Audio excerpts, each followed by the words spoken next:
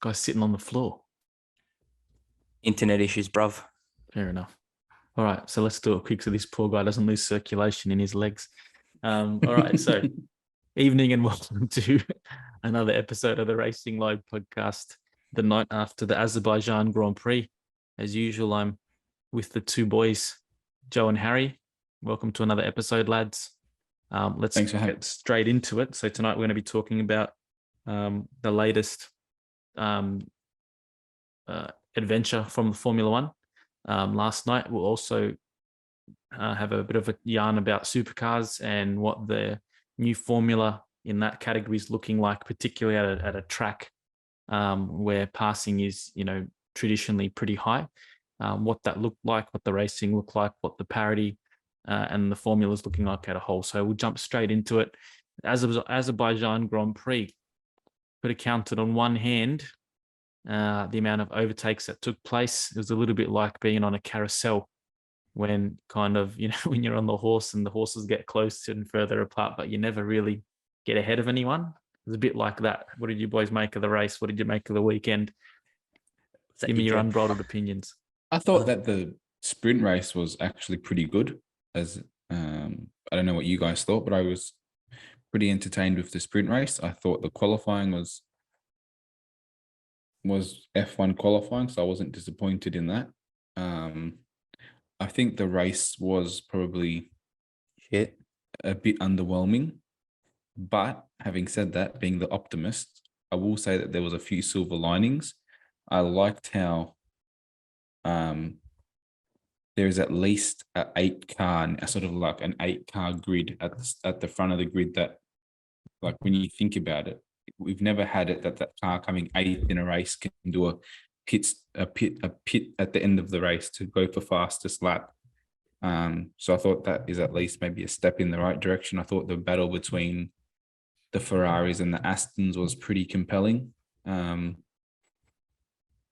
I enjoyed that Verstappen couldn't get ahead of Perez once the that order was sorted, and I think Perez deserves a lot of props for driving the wheels off that car really to keep him behind him.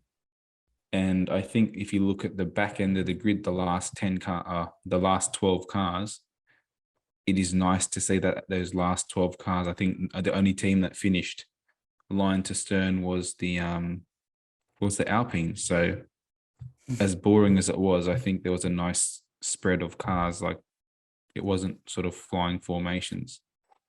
H, what were the positive takeaways from the weekend? What kind of stories stood out to you? I was a bit worried that we'd get the same person on pole for both races. So it was good that we had different pole sitters. Same 3 cars in the top 3, but that's fine. That's kind of expected. I don't know how I feel about the new format for the sprint weekends. I feel that what happens in the sprint race should impact the starting grid. I just feel like they're just too disconnected, and it felt, I don't know, I come away from the weekend thinking that it felt like a weird weekend. Like a mini weekend, a proper weekend. It gives the sprint race no jeopardy. That's the thing. That's right. I think Checo did a good job. I said to you today, Anthony, I think moving forward from here for the rest of the season, it'll be interesting to see when the street circuits start to be phased out and we go to the more traditional circuits, whether he can keep on pace with Max for the rest of the season. Because I remember last year we were at Monaco and there were the similar questions being asked. Is he going to battle for the championship? And then it just completely fell away. So I'll be interested to see in his 3rd year at the team if he's going to push Max the whole way. And Max and George was probably the most entertaining part of the weekend. A bit bitchy, to be honest with you, I thought. But on Max's part, yeah. Yeah, I actually thought that was a really entertaining bit of racing. I was happy that someone took it to Verstappen. Yes, they touched. Yes, there was a little bit of carbon fiber, like a carbon fiber footprint, bit of a hole in the side pod, but in a part of the track where it's so tight, the fact that neither of them ended up in the wall, I think both of them have to get a lot of credit for that racing, and to just kind of bitch and moan about that, particularly in a environment right now where at the front of the grid, I wouldn't say there's a whole, a range of passing that's taking place. I don't know. I thought it was a little bit weak, not weak, but just like pointless. I really enjoyed the racing. I'm happy that someone took it to him. Verstappen deserved as much credit as George for defending the way he did and still getting the job done. So I'm not having a go at him for his racecraft. It was awesome. It's just kind of, Stuff living at the that end. VI kind of felt it was really good to watch as a fan. So that part I really did enjoy. As for the race, I don't know. Felt like it was a bit of a waste of 2 hours, to be honest with you. I'll tell you what I was actually thinking. So at the end of the race, I kind of said, I'll tell you exactly what I said. While you're looking doing that, I'm glad that it was a 9 o'clock start and not a bloody Thank God. midnight start, and I didn't stay up for it. Like that would have shit me to tears if that had happened. So, I'm worried that we're going to Miami next, and then we're going to get another one. But yeah, Joe, what are your thoughts? Can I tell you this? Yeah, go. So this is what I said. Stuff me. You can use your imagination for that. What a boring race. FFS. Thomas, in it. Harry, yep. F1 is a merry-go-round, man. Why the hell do I do this to myself? Then you said, come on, mate. Australia was epic. Then I said, Miami is next. ... Then I was thinking about how epic Australia was, right? You know why Australia was epic? Because thank God we got those 2 red flags at the end. Yeah, but it was still a good race throughout. There was Good still race, passing. but there wasn't a whole lot of overtaking either. But we had that massive crescendo at the end that kind of gave everyone that far out, what a race, you know what I mean? Like, because all that chaos happened at the end. But for the 85% of it, pretty similar. And this is kind of what I was also thinking about this afternoon. Can I give you a hypothetical Formula One scenario? Okay. All right. Imagine Formula One went back to a traditional track, a track where the topography of the land actually played an impact on the track. So there was rolling turns, grass on the sides of the track. So imagine they're racing a traditional circuit. MLS Spa, etc. Something like that. Yep. And then Pirelli designed tires that actually faded away. So you had a race winner that did like a 3-stop strategy. And the strategy on the pit wall was a decision between a 2-stopper and a 3-stop strategy. And you had a winner of an F1 race that did a 3-stop strategy with overtaking on the outsides, with high wheel spin, with a lot of, shifts in positions based on the tires that were being used based on the strategies. Imagine if you had a Formula One race where that happened. Joe, I know where he's going with this. Do you? Yeah, of course I do. Do you know why? Because you watch IndyCar this week. Yeah, Because that that's happened right. this morning. Yeah, but I was That actually happened this having morning. very similar thoughts though. One second. I know where this is going. Let me just. I'm not here to bitch about it. I'm just going to say. No. The answer was literally on 8 hours after that race finished. And we've spoken about it ad nauseum, so I don't want to rehash old conversations. But I think that what this weekend highlighted for me was there was so much motorsport to watch, and I watched a lot of it. And you can easily see from the motorsport that was on display this weekend a clear formula for good racing. If you look at where supercars went to, Barbagallo? Yeah. So supercars were at Barbagallo, a very simple track. Most corners are pretty, geometric. High deck. But a high deck track, it does have undulation. Let's just go for the geometric shapes.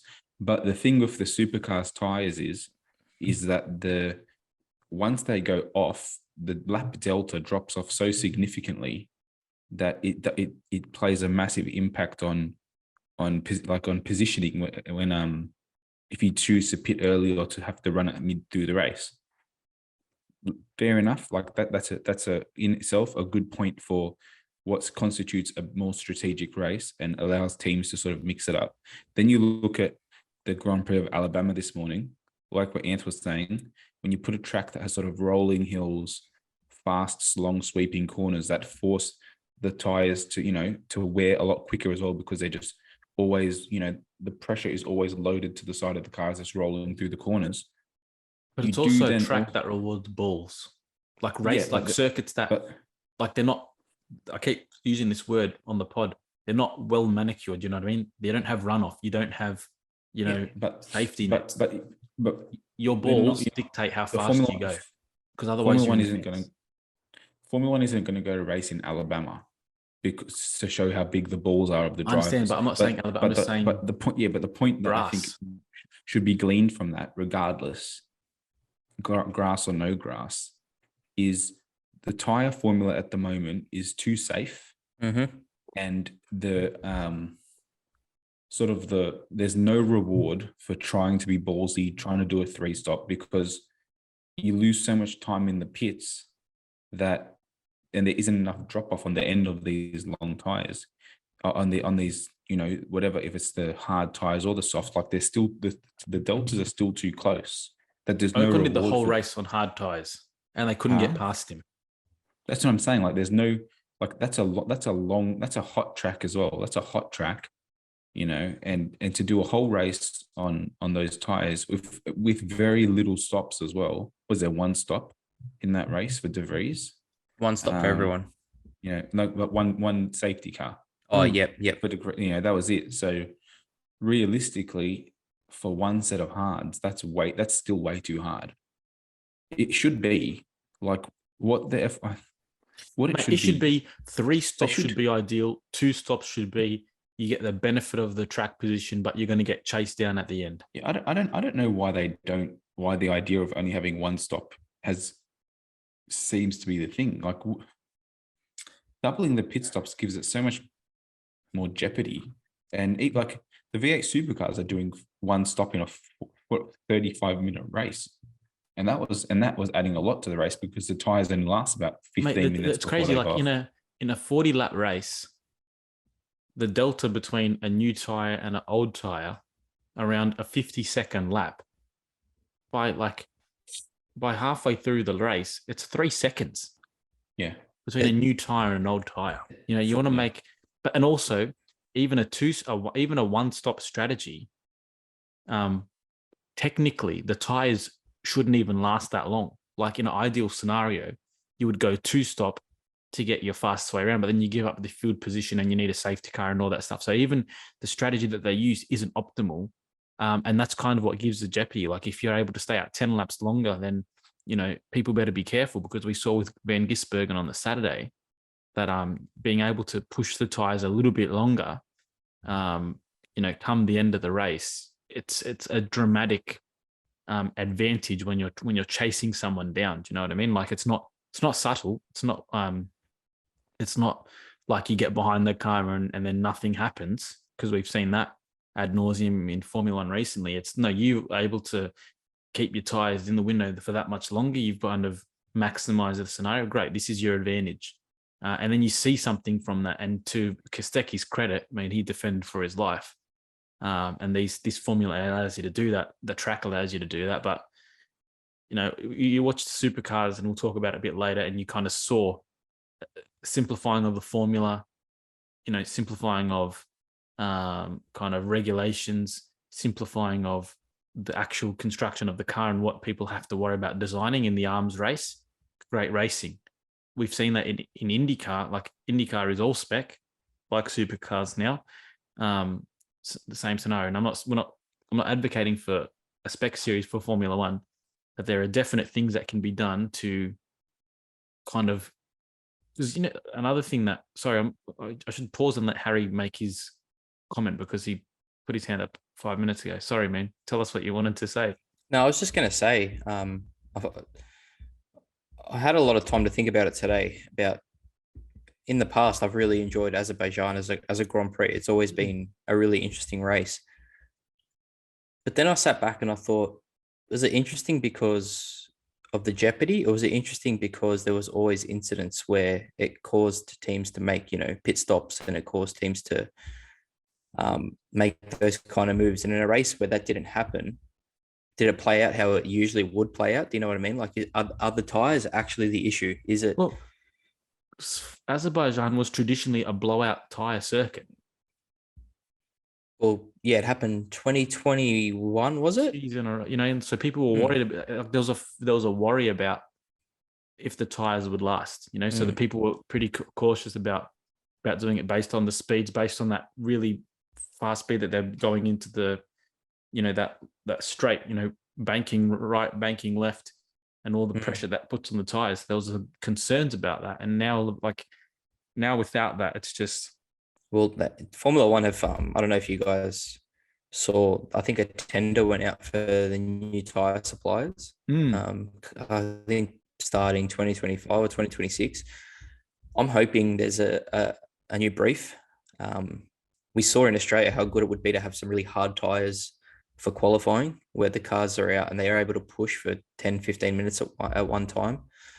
But I'd like to see some tires that, like you're saying, They got to break down, man. Like hard tires, unless you're doing a 6-hour race, like an enduro race, keep them away. Or unless you've got a category that isn't dependent on tires to make overtakes, like sports car racing or GT racing with a tire. Or you give them less sets for the weekend. Yeah. Or mandate they have to run 3 sets in the race, 3 different compounds. You don't have to run a 2-stop strategy. You don't have to do that. But if you like, but imagine you did how much like you can start on any tire, but you've got to run all 3 compounds, and then you've got to figure out when you want to do it. That makes a lot of jeopardy. That's a top idea. What did all the negatives out of the way? Let's go a bit positive. What did you guys actually enjoy about the weekend, Joe? I didn't mind the sprint race. I wouldn't say like it was the best thing since sliced bread, but I didn't mind it. Like I thought it was good to see Carlos able to keep Charles keep Max behind him for that race. I thought that was interesting. I didn't expect it. I was impressed with Checo. I think that the one thing that the sprint weekend does is when a driver like Checo can maximize it, he can really get a pretty nifty set of points back, rather than just the 25 to 18. So it's at 7. But realistic, like for me, what this weekend really did was it highlighted a lot of things in other motorsports that I also enjoy. That like I watched the MotoGP sprint race and the F1 sprint race within a couple hours of each other. And I thought they were so, like, it's so different. It's not funny. And I think the sprint race really works in MotoGP, whereas in F1, it's sort of just like getting the first third of an F1 race done, which is usually how it finishes anyway, give or take. But MotoGP is a short race-ish anyway, so a sprint race is. Yeah, but it's shorter again. It's not a long, like for example, you watch a sprint race, I don't feel like it's a super short race. No, when but I look like at Formula 1, it's like a difference 19-lap race. I'm like, what the hell is this? Yeah, but the difference as well is that like when you allow teams in MotoGP the chance to sort of run a very aggressive tire strategy, they are them being able to push harder because they know that they've got 1/3 of the race to complete on these tires. It brings a lot of the slower bikes into it a bit more because no one's really needing to what's the word, like conserve tire, So I think you're like also in a scenario where it's not overtaking isn't difficult. You know what I mean? In that particular, but like when you think of it though, like the if you're able to run the tires that you're usually running in a full race for 30% of it, you can push a lot harder. But in F1, the sprint race is usually what you do one tire stint as anyway. Yeah. So there's the way that it's sort of been worked out, I think has benefited that sport a lot more. Reverse grid it like in Formula 2. Yeah. Think about that today. But then even the other thing that I thought as well was like we're having that big debate about helping teams a couple of weeks ago when we had our big fight, helping teams get to the front of the grid, and I was saying it should be done organically, and you were saying it should be done a little bit more strategically. Interfered with. Then I was thinking about it, and I was watching the MotoGP as well, and I was like, that whole argument falls on its face because you look at what a team like KTM has done in 1 year. And I know we're not on MotoGP podcast anymore, but you look at what a team like KTM has done literally within a year, and having 2 bikes finish. Oi. Yeah. Don't start me with this No, because no. But I'm saying you make yourself sound ignorant, because Formula One in MotoGP literally gives you extra engines, extra tires, extra leeway, and until you teams, show that you are competitive to win a race. And then once you get on the podium 3 times, you lose that extra privilege. And so all the they teams, literally and do the team, give you the team extra the team I'm mentioning hasn't got any privileges. Smashed you. Oh, shut the fuck up. All the teams that are in there now haven't got privileges anymore. No, but they did. Ducati did until they showed they're competitive. KTM did. Suzuki did. Yeah, but all of them in did. The last 5 years, in the last 3 years, it's been a Ducati and the rest grid. We've spoken about that ad nauseum, and there was no benefits given to KTM to catch up because they still hadn't qualified for them yet.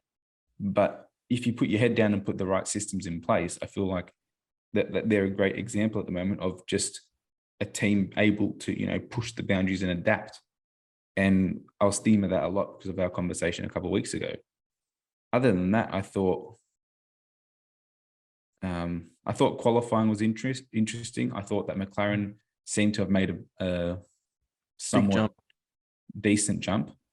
Did they have upgrades coming this race? I wasn't sure. Yeah, big upgrades. They did. And they seem to work pretty well. So I thought you guys would be happy. And I was happy that they worked. And I think the last thing that surprised me was I heard, I can't remember who was one of the commentators saying that the Ferraris, the Astons, and the Mercedes are so very close together that it's going to be sort of the order of how it shakes out every week. And they think is going to be very track dependent. And I think it was Alonso, and he said because they ran such hard tires this weekend, the ability for the Aston to really stretch its legs over the Ferrari was minimized because the Ferrari, which is the car that has the sort of hardest time preserving its tires, were able to run such a hard tire that didn't really allow itself to manifest. It was good to see their pace though, the Ferrari. I think as much as we give them shit, like I watched Charles this weekend, and I was like, he honestly couldn't have performed any better. He got 2 poles in the races. He beat a Red Bull in the sprint race, which I probably wouldn't have expected. And then other than them easily breezing past him in the race, he did everything he had to bring home maximum points, which is it was sort of the weekend that when he puts everything together, that really upset me with that was this. You see Ferrari being as competitive as they've looked over the last half a year. And then you get into the race, and until the DRS opens up, like Leclerc did a great job of keeping Verstappen behind him. You know what I mean? And then the DRS opens up, and Verstappen clears Leclerc. And then even with the DRS, both those Red Bulls are a second a lap faster than even the Ferrari. So like even in that regard, when you kind of got this little sniff, it was very similar to in Melbourne when the Mercedes was in the lead, when you had George and Russell in the lead, George and Lewis in the lead, and kind of they were able to do something for a little bit, and you get this sniff, then something might be able to happen. And then DRS opens, and it's just within 10 laps, it's a race of 2, and kind of, yes, it's great that you've got George Russell being able to go for the fastest lap because he's 18 seconds behind everyone that's been held up by Ocon and Hulkenberg, but he's still 38 seconds behind the leaders. You know what I mean? So yes, that argument is true, but it is definitely was compounded by no stop strategies for the people that were behind him for the majority of the race. So while true, I think it's a little bit facetious. Well, Max won 15 races last year. Checo won 2 out of 23 or whatever it was. We've had Yeah. 4, and Red Bull have won all 4. And last year, I think Ferrari won 3 out of the first 4. So we could be in for a long season unless someone comes with huge upgrades that even gets somewhere close to that Red Bull. And I can't see it happening. The only thing I'm hoping for now is that Checo can keep this going, because realistically, if you had said Checo will be within 6 points of Max 4 races in, I would have probably laughed. I just can't see him doing it. I can't, but I'm just saying, like, you can only hope. And the longer he, doesn't make stupid mistakes like he made qualifying in Melbourne, the better his chances are. And like, if he can, like, he seems to be like a pretty like strong-willed, sort of keep it to himself kind of guy. But whether he can do it, would you say he has a better chance of beating Max than Rosberg had of beating Lewis? No. Rosberg was a pretty bloody good racer. Yeah, I think we take for granted how he got a little bit in his head sometimes, but when he wasn't, I think we take it for granted how competitive and how interesting he kept the dominance of Mercedes, because he was able to make that inter-team battle so interesting. And ever since he sort of walked away and we had Bottas sort of play perfect second fiddle, and now George not really able to, or even say Perez not match Max at all for the first 2 years, that's probably been why we look at this now a lot more negatively than we did on those early Mercedes days. But we'll see. The battle for the 2nd and 3rd in the championship, I think 2nd, 3rd, and 4th is going to be pretty epic. I think the battle from 2nd down, like for the for 2nd to 4th in the 2nd to 4th in the championship will probably go down to the wire. And I think even the battle at the bottom of the grid is going to be an interesting battle, to be honest, as well. Even Williams look like they've made a step, like they're looking more consistent. Even though this is like a track for their car, they're still looking more Albon's looking more consistent. Well, even Logan had a pretty, like, he had that crash in the qualifying for the sprint race, which fucked him up. But even to finish ahead of 4 cars, to finish ahead of Bottas, to finish like that whole I think he even finished ahead of maybe one of the Alpines. So to be in that mix does show that at least that car has made this step to be in that midfield. The thing is that they need to maximize on the weekends when they can get some higher points, which they haven't done, and all the other teams have. Alpine have started pretty atrociously too. Yeah, I mean, they have started surprisingly bad.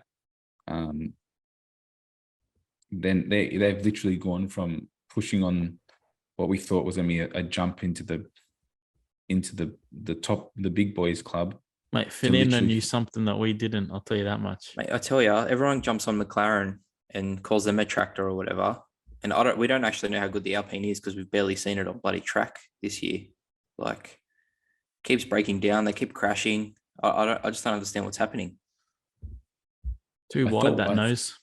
I thought they knew how, like, how to perfectly run that car, because they spent all last year letting it blow up. But Alpine's been Renault's been blowing engines for years, mate. Yeah, I know, but it's still surprising. Let's talk about some supercars.